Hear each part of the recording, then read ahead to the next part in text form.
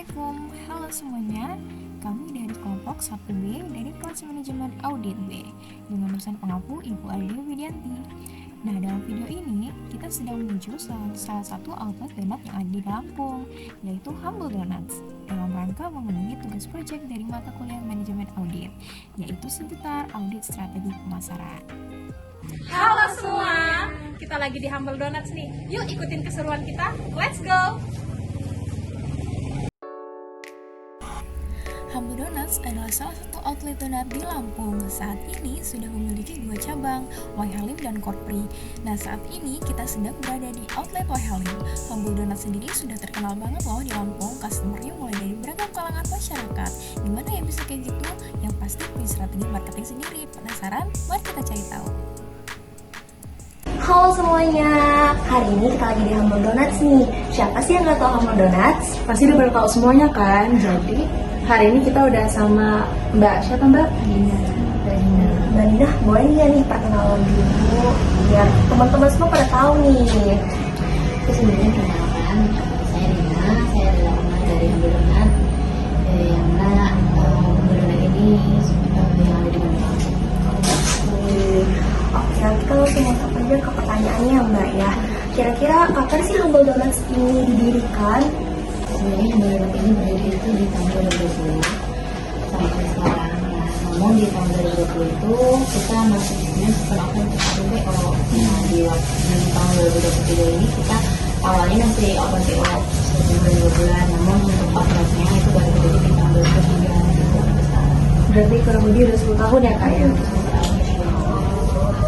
Kalau latar belakang kamu sendiri gitu Kak, untuk memilih bisnis kuliner ini apa? Jadi kenapa bisnis kuliner ya, khususnya kita di bakery gitu, karena bisnis kuliner ini adalah salah satu bisnis yang potensial dikembangkan dan nggak ada matinya, apalagi kan kita donat ya. Donat itu makanan yang bukan makanan viral sebulan 2 bulan aja hilang gitu kan. Jadi dari semua kalangan juga suka, kemudian emang makanan yang ini dari dulu legend sampai sekarang, cuma kita improve aja. Untuk modal awalnya Kak, untuk investasi yang diinvestasikan di usaha ini tuh berapa? Kalau awalnya itu karena karena alat-alatnya sudah ada sejak tahun 2020 ya. Karena dulu kan alat-alatnya itu kita alat-alat kosan aja. Jadi waktu bawah itu belum bisa kokoh sekarang alat-alatnya. Jadi modal awal itu sisa kerja saya di salah satu perusahaan itu cuma 22.500. 22.500 untuk beli alat mixer dan sisa bahan-bahan yang lain itu akan PO yang orang bayar dulu gitu. Jadi modalnya dari perputaran itu. Untuk saat ini berapa sih Mbak jumlah karyawan yang ada di Humble Donuts? Untuk jumlah karyawan itu kita ada 13. Di outlet ada 2 outlet, di kedua outlet di outlet Wai Halim itu ada 2 karyawan, sama di kanan ada 11. Kalau untuk visi misi sendiri Kak, ada nggak sih dari Kakak?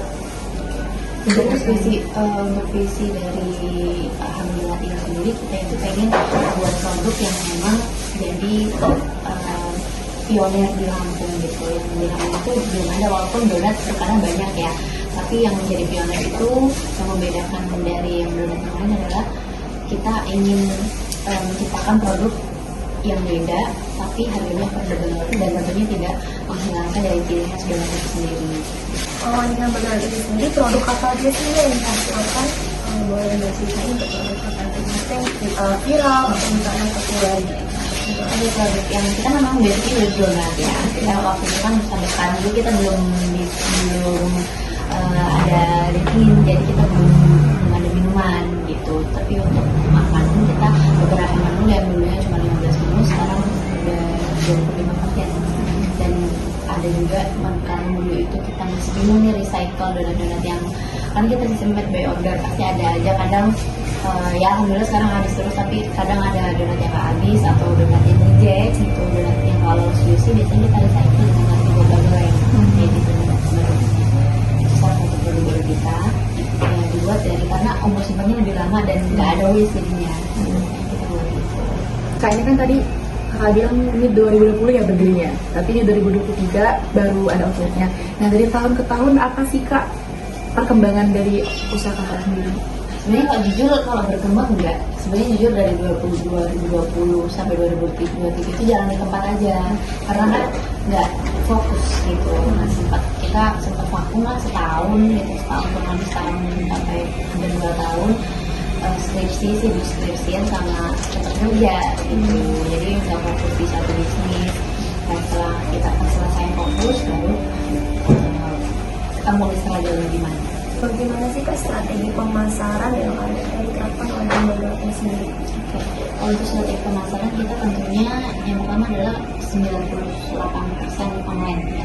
Karena mungkin teman-teman tahu Humble ini di online kan, nggak mungkin kita, karena kita sistemnya ini made by order, jadi kayaknya belum bisa deh ditaruh di tempat yang bazar gitu. Kita meminimalisir resiko basi atau apa, kan kita sistemnya made by order dan nggak bisa dipajang gitu. Kalaupun bisa, itu bukan varian yang klasik aja gitu.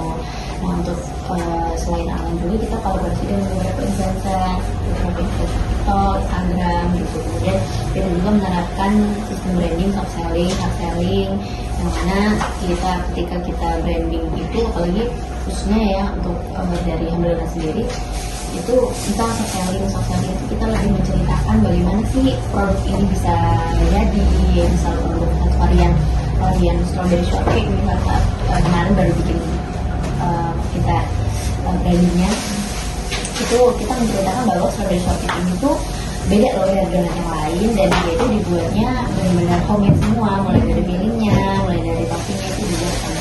Untuk sejauh ini Kak, pangsa pasar yang dicapai di usaha Kakak ini apa? Di pangsa tentunya untuk semua kalangan ya, namun kita lebih ke Gen Z yang memang dia itu update banget, karena kita sekarang update-nya lebih ke TikTok ya, Instagram. Jadi dengan cara kita branding di platform-platform tertentu tersebut, orang itu bisa menyampaikan hal ini dengan orang yang tidak update gitu, bisa ke orang tuanya atau ada yang memang belum punya handphone gitu. Jadi kaum milenial kan, kalau mau milenial ini biasanya relasinya banyak nih, keluarga, adik-adik, itulah bisa dari sosial media bisa jadi hobi. Apa sih Kak peramajaan produk yang pernah dilakukan? Peramajaan itu Mungkin ini Kak, kalau misalnya berpikir untuk event harian baru itu gimana Kak? Oh, improve ya. Kalau improvement produk sih kita tentunya survei dulu ya, survei kita ada referensi mau konsepnya seperti apa gitu. Karena selama ini kan kita konsepnya lebih ke cake. Kita terinspirasi dari beberapa cake, tapi kita aplikasikan dalam versi donatnya gitu. Nanti mungkin ada beberapa versi lagi yang kita investasi, kemudian kita trial, kita cari bahan apa yang cocok, dan itu ngetrupin bulan-bulan Untuk menciptakan satu karya. ya.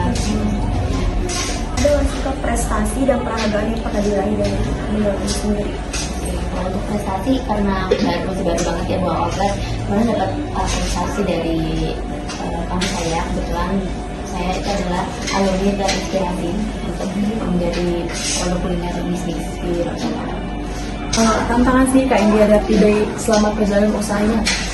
Kalau untuk tantangan sih sebenarnya struggle-nya karena kita minat berkabar, jadi nggak sembarangan, bukan sembarangan, lebih ke gimana caranya kita mengenai karyawan untuk cepat gitu sih. Karena kan nggak bisa nunggu lama ya, lama tapi kalau kayak gitu, dan nggak ada kita order. Dia lebih ke manajemen SDM ya.